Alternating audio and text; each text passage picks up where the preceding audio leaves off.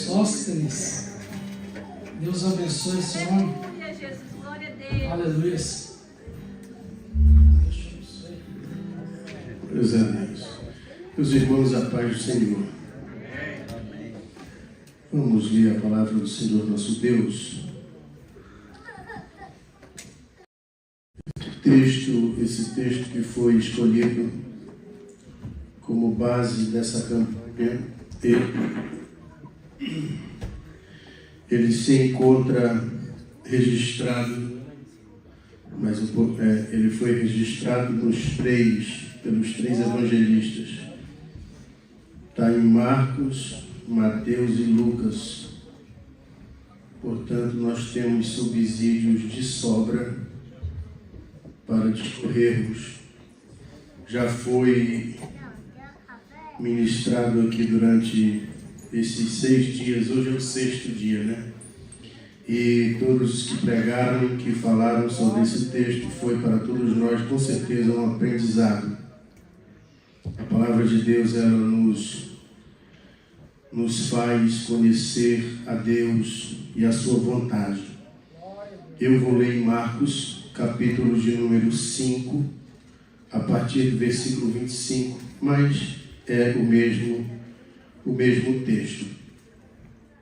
Que testemunho maravilhoso, né, irmãos? O espinho saiu, né? O espinho na carne, né? Glórias a Deus. É assim que Deus faz. Marcos capítulo 5, versículo 25 diz assim: certa mulher que havia 12 anos tinha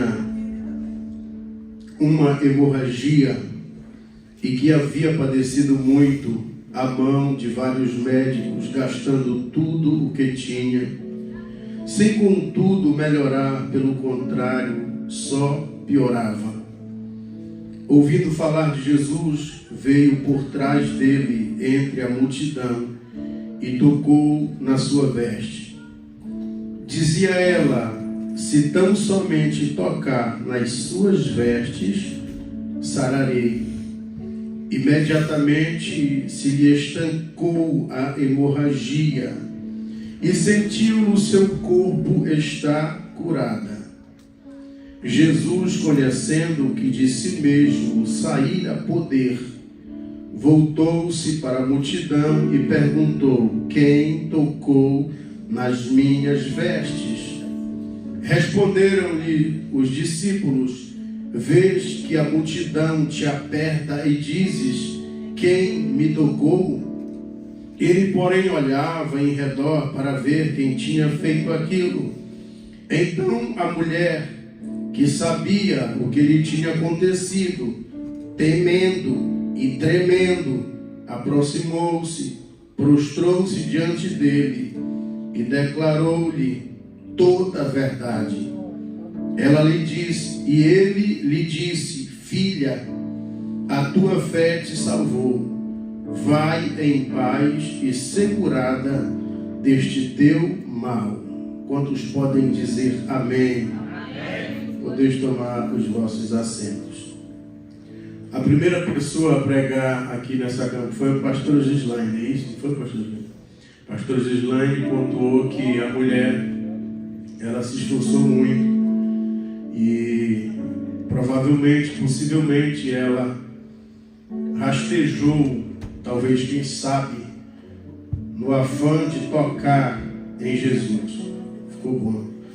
E o pastor Nilson Gomes, foi Nilson Gomes, né? Também pregou aqui, e ele pontuou de maneira bem objetiva, afirmando que a fé sobre fé não é fé. Nós não podemos ter fé no milagre, nós temos que ter fé em Deus. E a verdade é que às vezes a nossa fé, ela aponta mais para o milagre do que para Deus. Eu tenho fé que eu vou receber o meu milagre, né? E ele falou isso eu memorizei muito bem. Foi muito importante. Pastor Maximilian pregou usando o texto da viúva de Naim, não foi? O filho que ressuscitou. Não foi como no caso da mulher do fluxo de sangue, que nesse caso a mulher tocou e No caso da viúva de Naim, que o filho ressuscitou, foi ele que tocou o esquife, que não é nada mais do que um caixão, né?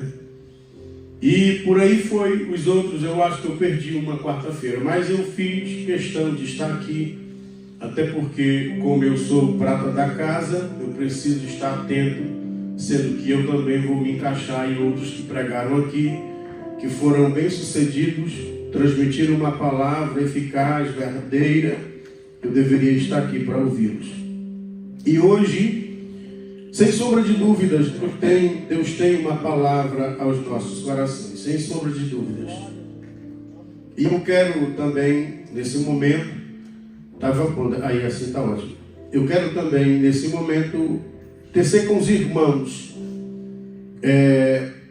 uma linha de raciocínio de que é verdade, eu acredito nisso, que alguns de nós, não sei se todos, mas pela situação que nós estamos vivendo, eu acredito que todos, ou a grande maioria, almeje romper, vencer em alguma área da vida.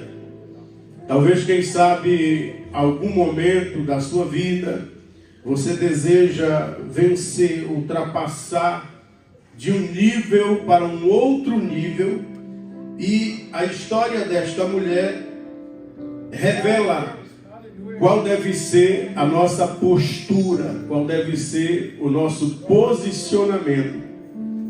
Esse texto, ele fala a respeito da maneira como Jesus operou esse milagre. É verdade, queridos, que principalmente para nós assembleianos, nós nos prendemos muito na eficácia do poder de Deus, da ação de Deus. Logo, nós somos pentecostais, não poderia ser diferente. Mas também é verdadeira a afirmação de que o trabalhar de Deus não está somente limitado naquilo que Ele pode fazer, porque se fosse assim, todas as coisas seriam feitas, porque não há nada que Deus não possa fazer. Mas existe coisa na sua vida que ainda não foi feita, existe coisa na minha vida que ainda não foi feita, que ainda não aconteceu, e eu devo dizer aos irmãos que aquilo que ainda não aconteceu na sua vida e nem na minha vida não se dá ao fato de que Deus não tenha poder para realizar. Ele tem todo o poder. E por que Deus ainda não operou na minha e na sua vida? Nós vamos descobrir, através da história desta mulher, a postura, o posicionamento que nós devemos ter diante de Deus, para que os milagres de Deus aconteçam, para que a operação de Deus aconteça, e nós possamos romper obstáculos, romper barreiras, transpor as muralhas. E eu acredito que os irmãos vão concordar comigo que essa mulher do fluxo de sangue, ela estava diante de um obstáculo terrível da sua vida. Os irmãos vão concordar comigo. E eu passei esses dias analisando a palavra do Senhor nosso Deus. E eu cheguei a uma conclusão que esse texto vale muito a pena referir a respeito das circunstâncias. Veja bem, a respeito das circunstâncias, aquilo que envolvia a mulher, a respeito das atitudes dessa mulher, o posicionamento dela diante das circunstâncias e o resultado. Qual foi o resultado diante das atitudes e qual foram as atitudes diante das circunstâncias? Isso, eu devo dizer aos irmãos, que é o que Deus sempre vai esperar de nós. Como é que nós vamos nos postar diante das adversidades? Qual vai ser a nossa postura diante das adversidades? Qual vai ser a nossa atitude diante do dia mau? Ele espera ver isso. Ele quer saber como é que nós vamos agir, como é que nós vamos nos comportar quando a circunstância não for favorável. Porque eu já falei isso aqui e repito mais uma vez. E eu acho que depois que passa-se dos 40, e aí a gente começa a se tornar repetitivo. Isso é normal. Eu estou me acostumando com isso. Mas esse lado folclórico da vida cristã, eu sei que nós já conseguimos entender que não se aplica bem. Não é bem essa a verdade que Deus espera que nós tenhamos em nosso coração. Porque o dia mau existe, a adversidade existe, o fluxo de sangue existe. Tem tempo que a gente sangra mesmo, tem tempo que a gente sofre mesmo. Mas Deus espera ver em cada um de nós, Deus espera ver sobre as nossas vidas, pessoas que conhecem a Deus, uma postura firme diante da adversidade. E o que me chama a atenção é que essa mulher, ela foi precisa nas suas atitudes. Ela foi cirúrgica em cada posicionamento, em cada postura que tomou para que alcançasse o seu milagre. O tema está aqui, um toque de fé. O tema está aqui. Mas a Bíblia também diz que a fé sem as obras, ela é o que, irmãos? Ela é morta. Dá ideia, e foi bem dito aqui durante esses dias, dá ideia que basta eu ter fé.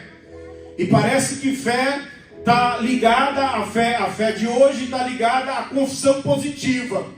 Se eu fizer a confissão positiva de que nada vai me acometer, de que tudo vai dar certo, de que eu posso, de que eu tenho, isso parece que é um ato de fé, mesmo não sendo. As pessoas acreditam que isso é um ato de fé. Foi bem pontuado também pelo próprio pastor Nilson Gomes, quando ele disse que Jó, ele demonstrou fé quando ele estava se coçando com um caco de telha e todas as suas esperanças parece que haviam se acabado para quem olhava de fora, ao ponto de que a sua própria esposa disse: olha, Jó, no teu caso, para ficar mais fácil para você, amaldiçoa o teu Deus e morre, e está tudo resolvido. Você não precisa se submeter a este sofrimento tamanho, basta você amaldiçoar ao teu Deus, porque aí, amaldiçoando a Ele, Ele vai te abandonar. E abandonando você, talvez você consiga morrer. Era essa a ideia dela. Mas Jó, ele firmemente com um caco, coçando ali as suas chagas, as suas feridas, ele disse: falas como uma louca mulher, aceitastes o bem de Deus com prazer. Eu acho interessante isso. Essa afirmação de Jó é muito linda, porque quando o bem de Deus, ele nos alcança, a nossa sensação é esta, de profundo prazer, de alegria e de contentamento. Quando o bem de Deus vem, a gente se abraça e a gente se sente amado por Deus, a gente fica feliz com Deus, se alegra, canta hinos espirituais. Mas quando o mal vem, a gente começa a ter ideias na mente de que Deus nos abandonou. Parece que Deus não me ama. Parece que Deus não está comigo.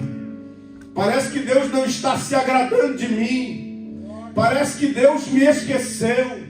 Parece que agora eu estou sozinho. Sentimento de autocomiseração se asseveram contra nós, a gente fica triste, fica amargurado, parece que tudo está perdido. Por quê? Porque agora chegou um tempo de dificuldade, um tempo de adversidade.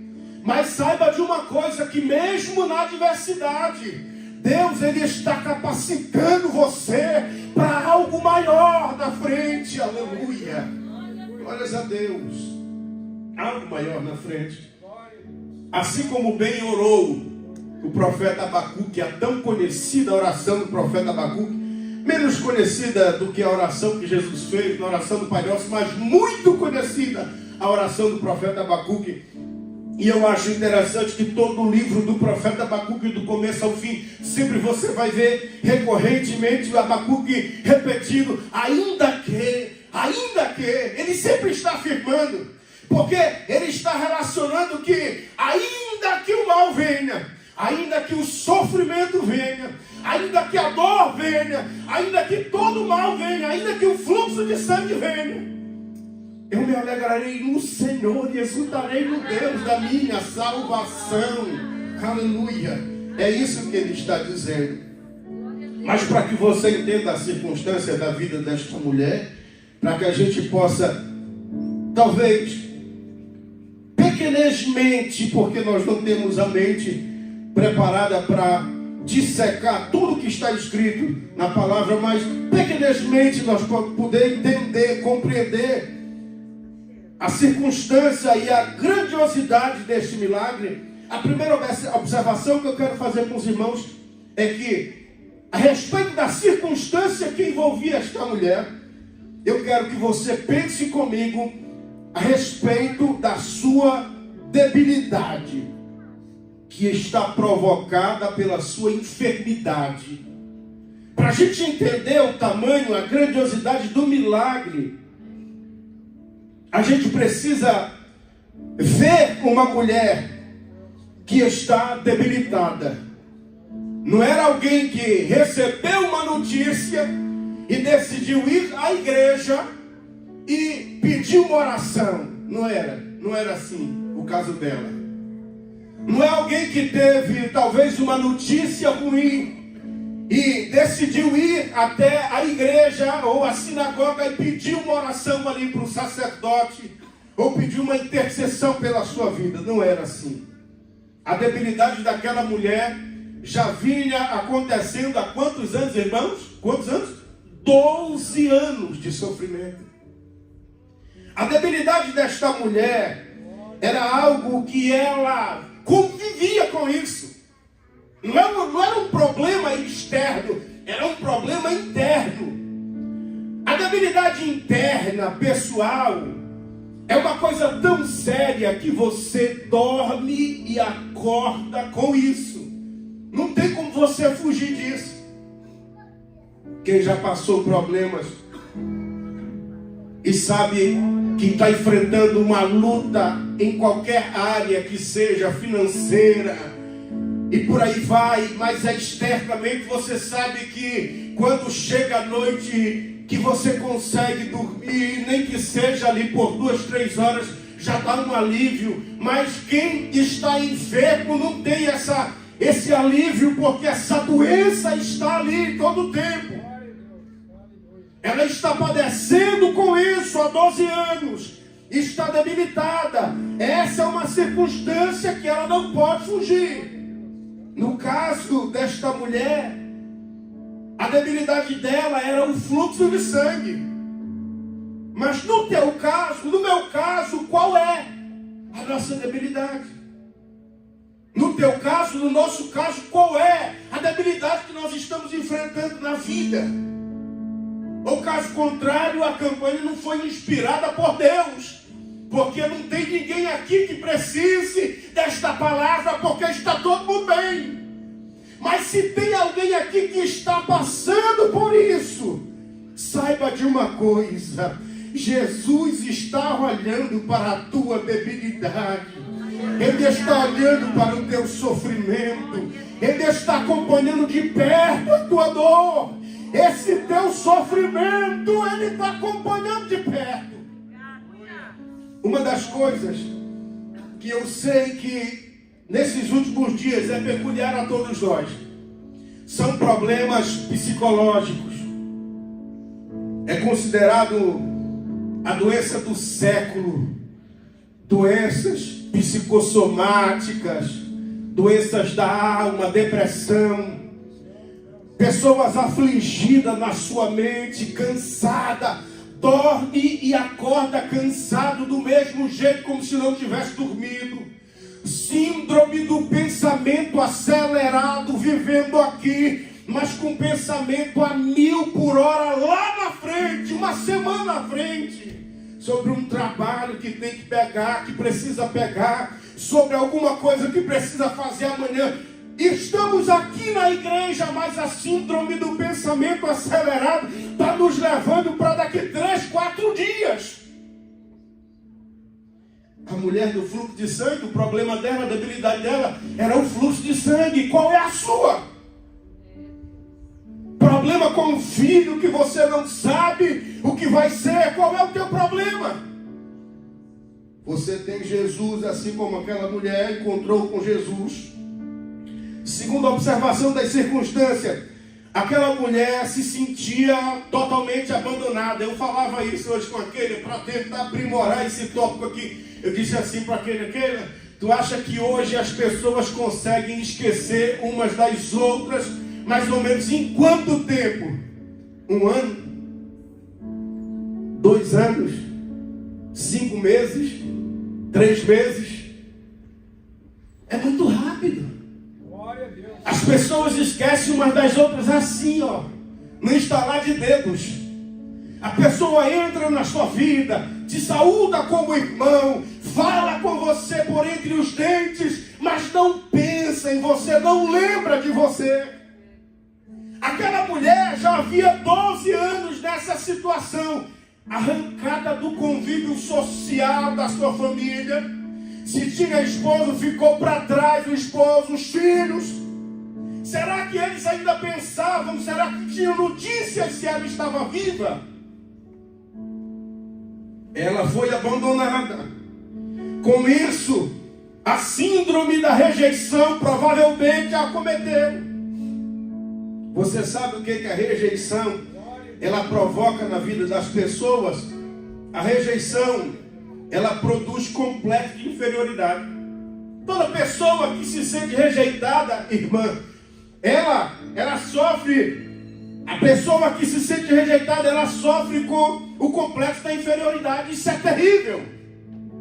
As pessoas até se vangloriam dizendo assim: olha, a rejeição, ela dói mais do que um tapa na face, porque realmente a rejeição é algo cruel. A segunda coisa que a rejeição provoca baixa autoestima. A pessoa não consegue ter autoestima, ela não consegue ser uma pessoa confiante porque ela está rejeitada. Terceira coisa que a rejeição provoca, terceira coisa que a rejeição provoca na vida da pessoa: inibição de potencial. O rejeitado, ele não consegue se ver capaz. Ele perde todo o seu potencial, ele não consegue produzir. E meus queridos, eu não posso deixar de falar isso porque você pode sofrer rejeição no seu trabalho, lá onde você trabalha. Você sofre rejeição, talvez, quem sabe, dentro da sua casa. Como é medíocre um esposo que rejeita a esposa e faz com que isso seja algo notável. Como é ridículo uma esposa que rejeita o marido e faz disso algo notável. E você pode ser rejeitado pela sua família. E você pode ser rejeitado no seu trabalho. E você pode ser rejeitado na sociedade. E nós não estamos aqui para, fazer meios termos, mas ser rejeitado até na igreja. As pessoas te olham de cima para baixo com olhar de superioridade, como se elas fossem a quarta pessoa da Trindade. Eu não entendo isso, meu irmão. E pessoas que estão feridas porque se sentem rejeitadas. E nós não estamos falando aqui de um sorriso amarelo. Nós não estamos falando aqui de um sorriso amarelado por entre os dentes, não. Nós estamos falando aqui de genuinidade. É de amor verdadeiro, é de relacionamento profundo. Essa mulher sofria. Ela passava por essa situação. E você, onde é que você está se sentindo rejeitado? Qual é a área da sua vida que você se sente rejeitada? Qual é a área da sua vida que você se sente menosprezado? Deixa eu te dizer uma coisa, querido irmão, querida irmã. A minha Bíblia diz, e a minha Bíblia me ensina assim, que poderá a mãe se esquecer do filho que amamenta em seu peito, mas Deus jamais se esquecerá dos seus.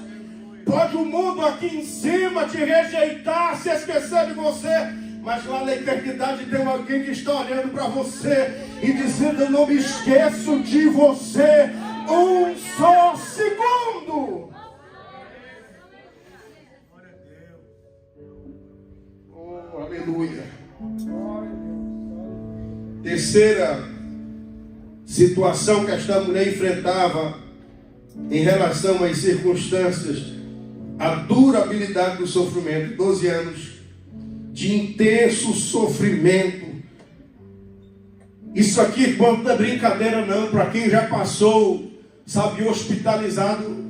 Tu teve esse tempo, não foi, José? Internado, quantos dias? 2 dias. Mas multiplicando assim pela sensação que tu teve de 2 dias de estar no hospital, pareceu quanto tempo mais ou menos? Eternidade. Uma eternidade.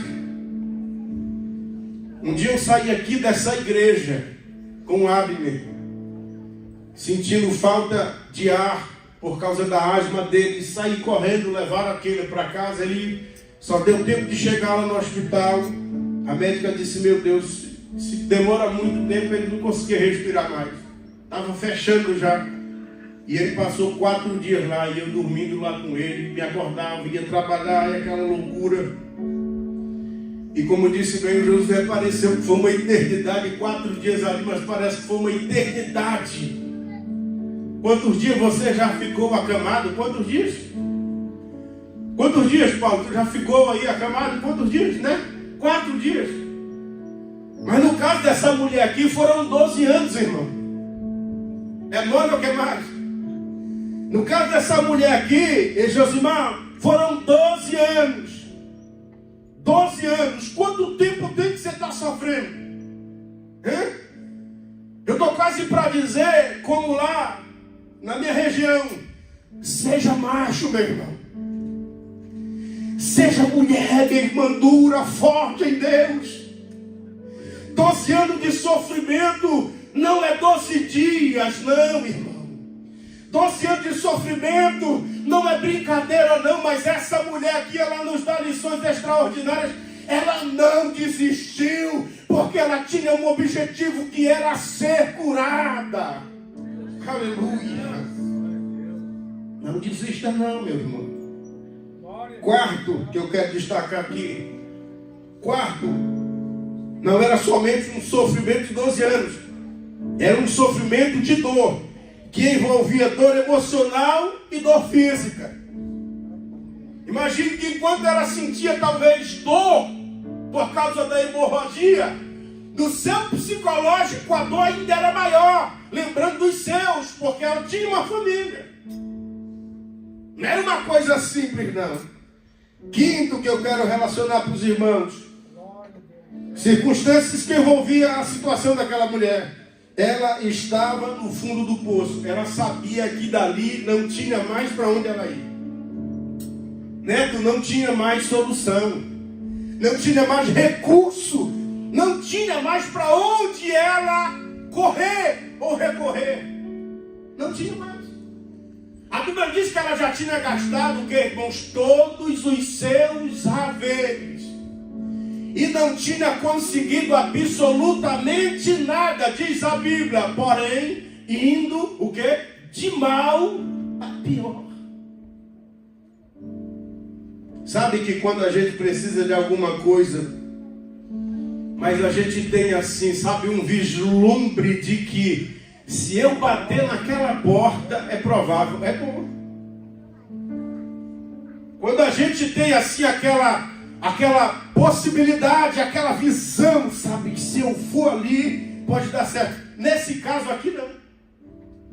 Nesse caso aqui, desta mulher, ela não tinha mais possibilidade. Foram vários médicos, 1, 2, 3, ela não tinha mais para onde ir. Tem momentos da nossa vida que é exatamente isso que acontece. Você não tem mais para onde recorrer. Agora é só você e Deus. Eu quero destacar mais isso aqui para você. Sexta situação que envolve a circunstância daquela mulher. Uma multidão enorme. Multidão aqui representa algo que está e é infinitamente maior do que você. Ela debilitada, uma multidão em volta de Jesus, e ela não tinha capacidade e condições de ultrapassar aquela multidão.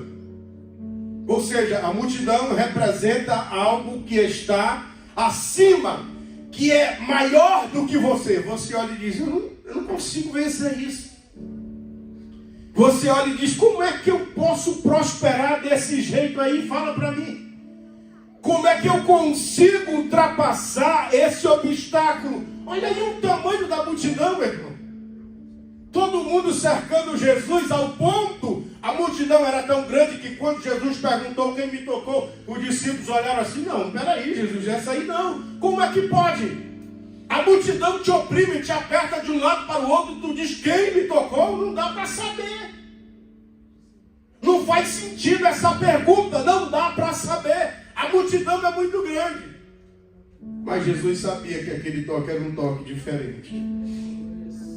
Isso aqui é as circunstâncias. Agora vamos para as atitudes. Vamos para as atitudes desta mulher. As atitudes desta mulher revelam a sua determinação para alcançar o milagre que ela esperava. Primeira atitude desta mulher que eu quero que você grave.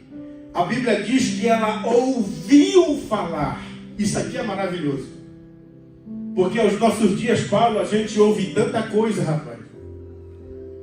A gente ouve tanta coisa todos os dias. É só sair, sabe, da porta para fora, e às vezes começa ouvindo já lá dentro de casa mesmo. É tanta palavra, é tanta fala. Na internet está cheio, quem tem redes sociais, irmão, eu só tenho o Zap. E para te falar a verdade, eu não dou conta de administrar mais do que o Zap. Mas quem tem mais do que isso, Instagram, Insta não sei o que aí, Face não sei, irmão, eu fico bobo. Eu só ouço que eu tenho uns amigos no Brasil que eles são dados a isso, e aí tu viu isso aí? Eu digo, não ouvi nada, não sei de nada. Não, mas sim, mas me fala, não. Isso, eu fico besta de ver profeta do Pix, fala uma coisa, outro vem e fala outra, uma polêmica em cima de polêmica, e você fica doido, é muita coisa que você ouve. E de certa forma, toda fala proferida, ela busca o seu alvo. Ela tem um propósito quando ela é lançada. O cuidado que você deve ter no que diz respeito a alcançar o teu milagre é que você deve ser profundamente seletivo a respeito daquilo que você está ouvindo. Se você se deixa, se você se entrega a qualquer tipo de fala, é provável que você não vá alcançar os seus objetivos. O que tu está ouvindo? Qual é, sabe, a voz que você está ouvindo? E essa questão de ouvir, e Josimar, ela é tão séria, meu nobre amigo, ela é tão séria porque a partir do momento que você ouve, você acaba de certo ponto sendo conduzido a dar crédito àquilo. Imagina quantas pessoas devem ter chegado para aquela mulher e disse, mulher, já são 12 anos. Você não tem mais nada, você gastou tudo, você era rica, você está pobre, você gastou tudo que você tinha, se contenta em pelo menos estar viva, sofrendo, rejeitada, mas você está viva. Ela disse, não, eu tenho um objetivo, eu não vou desistir agora. Escute, meu querido irmão, não é somente o que você está ouvindo, mas é também a respeito daquilo que você está dando crédito. Eu prego uma mensagem que eu tenho um tema que Deus me deu sobre corações duros na casa de Deus. E provo na Bíblia que os corações mais endurecidos estão na casa de Deus, porque são os corações que têm contato com a sua palavra todos os dias praticamente, mas ainda duvidam. Porque quando sai da porta para fora, qualquer vento de doutrina já deixa o camarada de perna bamba, sem saber o que vai ser amanhã. Eu não sei, eu não tenho esperança. Meu querido irmão, você tem Jesus. Meu querido irmão, você tem uma porta aberta, porque Ele mesmo disse: eu sou a porta. Do que você ainda está duvidando? Enquanto alguém dizia para aquela mulher: escute, se contente a si mesmo, a enfermidade veio, isso é maior do que você não pode lidar com isso. Ela dizia dentro de si: mas eu quero ser curada, eu vou ser curada, eu não vou ficar prostrada, eu não vou me entregar não. Aleluia, aleluia. Segunda atitude dessa mulher, veja só. Segunda atitude desta mulher, ela ouviu falar e foi. Aqui revela que a fé, ela não está no abstrato da coisa, irmão. A fé, ela está no concreto. Ela ouviu falar e foi ter com Jesus. Ela não ouviu falar e ficou ali. Não, eu ouvi falar, tudo bem, mas eu estou aqui. Parece que é meio taxativo isso. Vamos orar, quem quer vir, vem aqui à frente. Mas se Jesus pode me curar lá na frente, Ele pode me curar aqui atrás. A gente não chama para vir aqui à frente, porque a gente quer que você saia do seu lugar para te incomodar. Mas para que isso provoque em você uma fé ativa e não uma fé passiva. Porque a passividade, talvez você não saiba, também é uma atitude. Qual que é a tua atitude? Atitude de passivo. Não faço nada, estou aqui. E qual é a tua atitude, irmão? A minha atitude é ativo. Eu estou aqui. É para curar, é para receber uma bênção. Então eu vou demonstrar minha fé aqui no concreto. Vou me levantar e vou lá receber uma oração, porque eu sei que através disso Deus pode me dar vitória. Aí está. Ouviu falar e foi. Isso é importante. Precisa ter uma fé que está em ação, que te locomove, que você anda, que você transpira. Sabe, com a fé que você tem, movido pelo Espírito Santo, é assim que o Senhor opera. Terceira atitude desta mulher, que é fundamental para mim e para você. Ela tinha uma profunda vontade. Fala assim bem alto, 1, 2, 3, vontade. Vamos lá, 1, 2, 3. Vontade. Isso é determinante para que Deus opere milagre na sua e na minha vida. Por quê, pastor? Porque a vontade, meu irmão, a vontade é algo poderoso. A vontade é algo extraordinário, é uma faculdade da alma. Olha só isso aqui. A vontade é uma faculdade da alma. Eu aprendi isso aqui. Tem um camarada no YouTube, o nome dele é Pedro Calabres. Você pode seguir esse camarada. É neurocientista. A neurociência é embasada em ciência, em estudo. E ele diz, o Pedro Calabres, que a vontade é uma faculdade da alma. É comprovado. A vontade é algo tão poderoso que ela pode interferir nos sentimentos e na consciência. É por isso que aquela velha máxima, a maioria das pessoas erram. Quem ama trai ou não trai? A maioria diz, não, quem ama não trai. É lógico que trai, porque a traição, ela não está ligada a sentimentos, a traição está ligada à vontade. Nem sempre quando se trai com intenção de se separar, mas porque foi dominado pela vontade. Quem não tem domínio sobre a vontade não pode chegar a lugar nenhum. Por isso o Senhor nos ensina a jejuar. Porque só o jejum consegue controlar a nossa vontade. Os ímpetos da carne estão aonde? Na vontade. Quando Paulo diz, quando eu penso que eu estou fraco, é que eu estou forte. Quando eu penso que eu estou fraco, é que eu estou forte, é porque na minha fraqueza, eu estou lutando contra a minha vontade para não cair. Em outra passagem ele diz assim, aquele que está em pé, o quê? Olhe para que não caia. Porque se você se entrega à vontade, a sua queda é iminente. Domine a sua vontade. E eu quero somente fazer um adendo. Isso aqui é mais que o pastor Rodrigo. Viu, pastor Rodrigo? Eu sei qual é o meu lugar. Eu sei. O pastor Rodrigo é o nosso pastor. E eu estou aqui debaixo do cajado do ministério dele. Isso aqui é para o pastor Rodrigo, não é para mim. Isso aqui compete a ele. Mas quando eu vejo as pessoas... Eu estou fazendo jejum de Facebook, eu estou fazendo jejum de WhatsApp, eu estou fazendo jejum de... Esse tipo de jejum.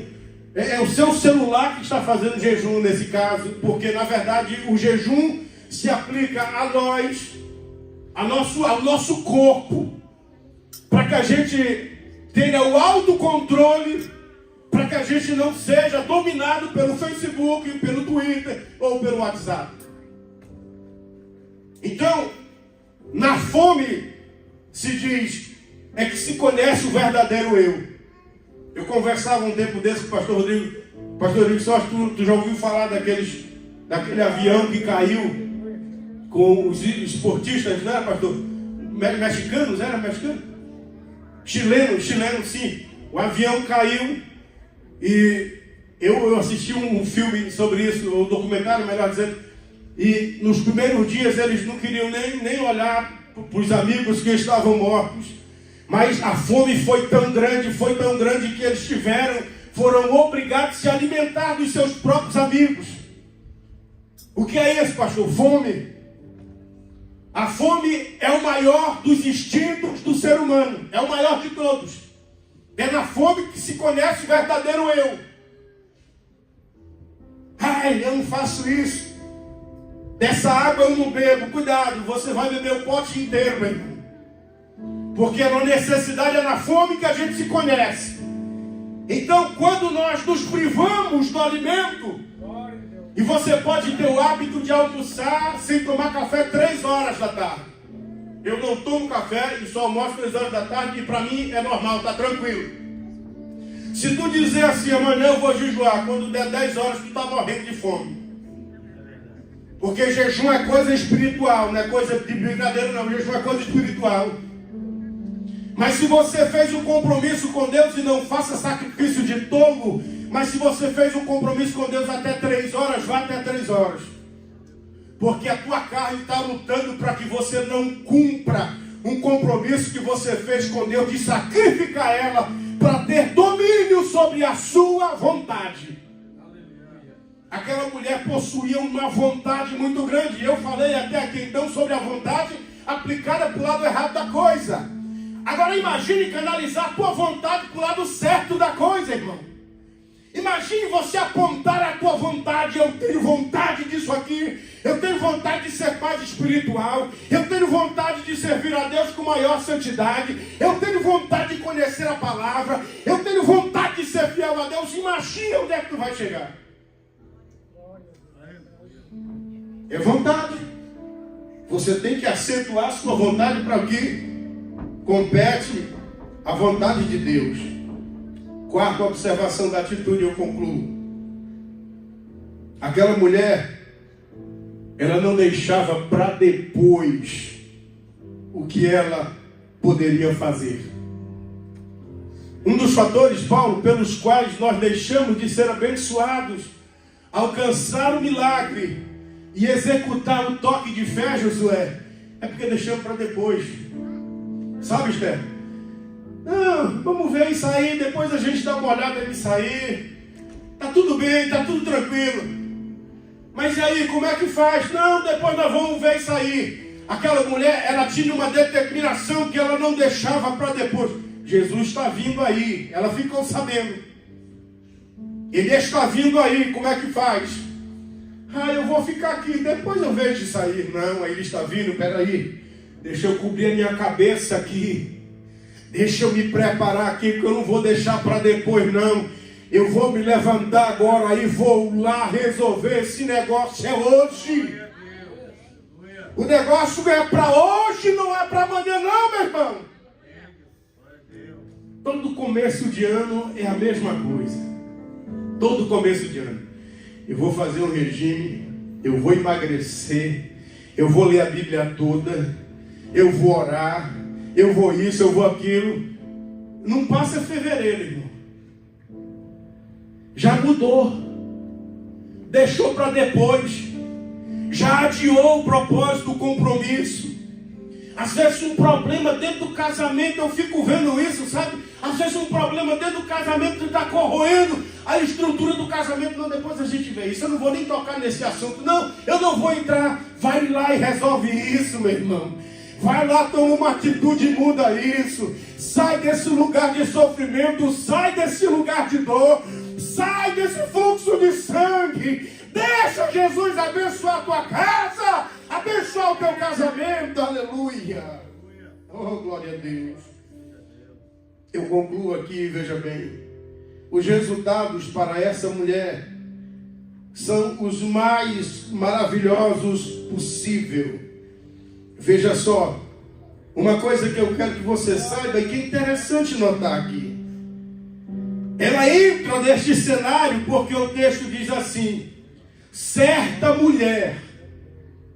Não diz o nome. Se eu disser assim para os irmãos: eu vi uma certa mulher que passou aqui, é alguém que eu não conheço, que eu não vi, que não tenho ideia de quem é. Ela entra neste cenário do milagre, Josué, como uma certa mulher, alguém que ninguém conhece. Mas veja só, que quando ela sai, olha o que diz o texto.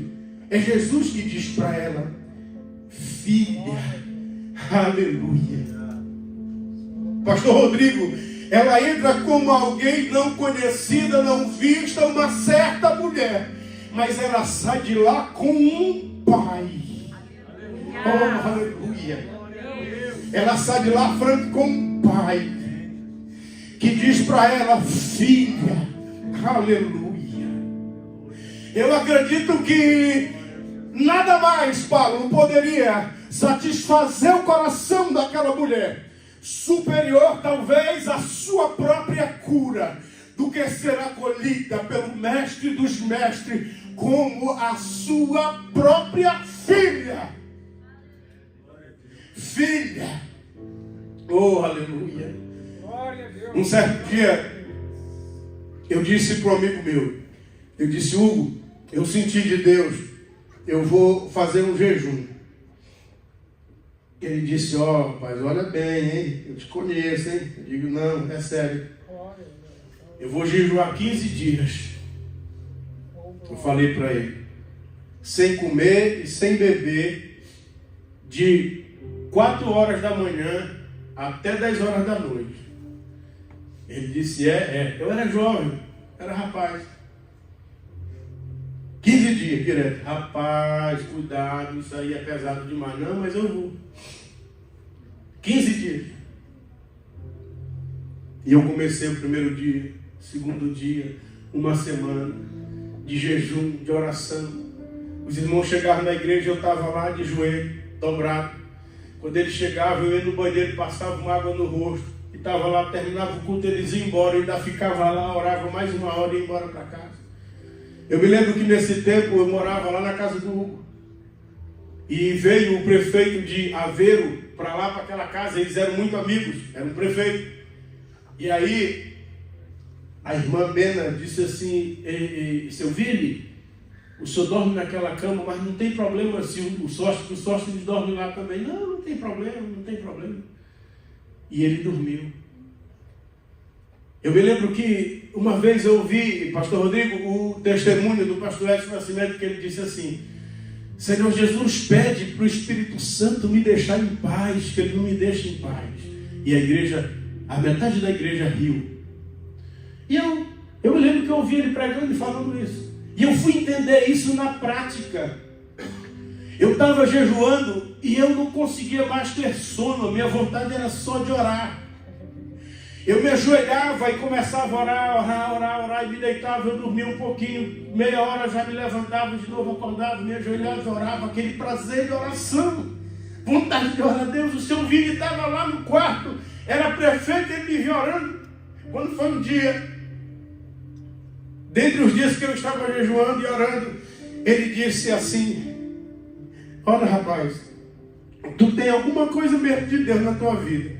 Porque até o cigarro que eu fumo, eu não senti vontade de fumar aqui nesse quarto. Ele disse para mim, eu não senti vontade. E aquilo era uma coisa constante, eu sentia vontade de orar a Deus. E eu estava orando lá na igreja, eu disse assim na minha mente jovem. Eu disse: Senhor Jesus, eu não sei se pode, mas se pode, me deixa eu te ver. Eu falei assim para Jesus. Eu orava e falava: me deixa eu te ver, Jesus, me deixa eu te ver. Eu queria te ver. Eu falava para ele em oração. Eu estava orando no último dia, virado para a porta, como está ali o Natanael, no púlpito da igreja, virado para a porta, orando de joelho. E eu disse: hoje é o último dia e eu não te vi. E naquele momento eu senti como mãos que me pegavam e me abraçavam. Irmãos, eu estou dizendo aqui, é diante do meu Senhor Jesus.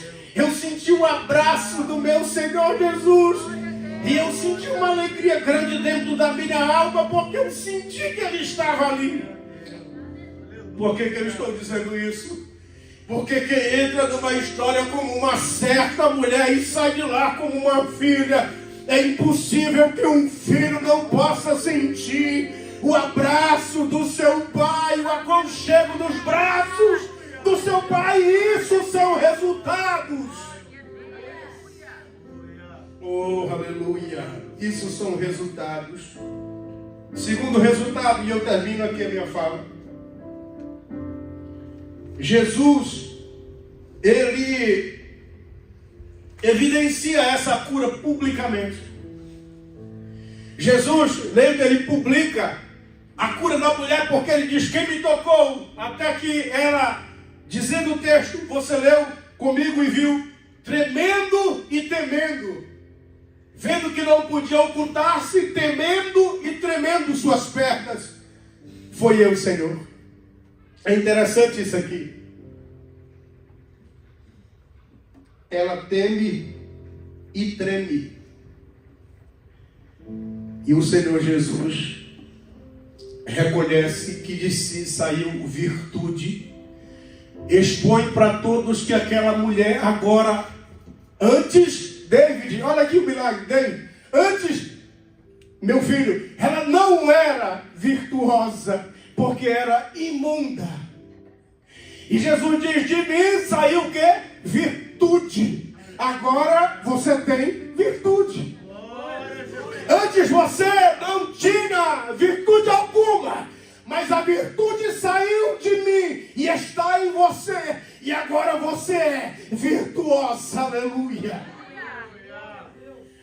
Eu ainda não conheci ninguém que teve um encontro com Jesus, que a sua vida, sabe, degradada, seja ela moralmente, fisicamente, para Deus não dar uma repaginada nesse negócio.